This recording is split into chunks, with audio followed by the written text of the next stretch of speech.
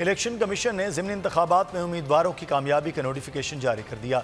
इमरान खान की 6 नशिस्तों से कामयाबी का नोटिफिकेशन जारी नहीं किया गया। इलेक्शन कमीशन ने ज़िमनी इंतखाबात में उम्मीदवारों की कामयाबी का नोटिफिकेशन जारी कर दिया है। 16 अक्टूबर को होने वाले ज़िमनी इंतखाबात में जहां पर इमरान खान ने 6 नशिस्तों पर कामयाबी हासिल की थी, इमरान खान की कामयाबी का नोटिफिकेशन जारी नहीं किया गया है।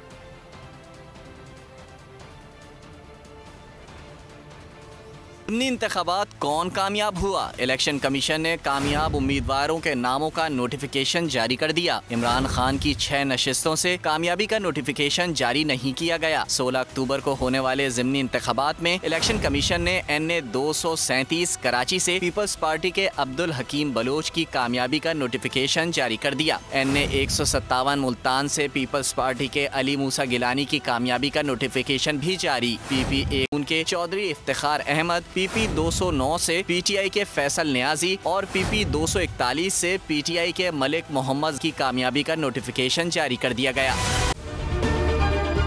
अगर ये वीडियो आपको पसंद आई है तो हमारे चैनल को सब्सक्राइब कीजिए और बेल आइकॉन को क्लिक कीजिए। एक बार फिर नंबर 1 बोल न्यूज ने एक बार फिर सारे रिकॉर्ड तोड़ दिए। 8 दिन के अंदर अंदर लॉन्ग मार्च का ऐलान हो जाएगा। इलेक्शन पे तवज्जो करते और इसके बाद जो है हम इसको निपटेंगे। बोल का प्रोग्राम नेशनल डिबेट 11 बजे की स्लॉट में सबसे ज्यादा देखा गया। बंद गली में तो नहीं फंस गए हैं कि फाइनल कॉल की अनाउंसमेंट ही नहीं होके दे रही। वो बंद गली पहुंचते पहुंचते वजीर आज़म की कुर्सी तक पहुंच गए। 68% सार्फिन ने सिर्फ बोल देखने का इंतखाब किया क्योंकि बोल है नंबर 1।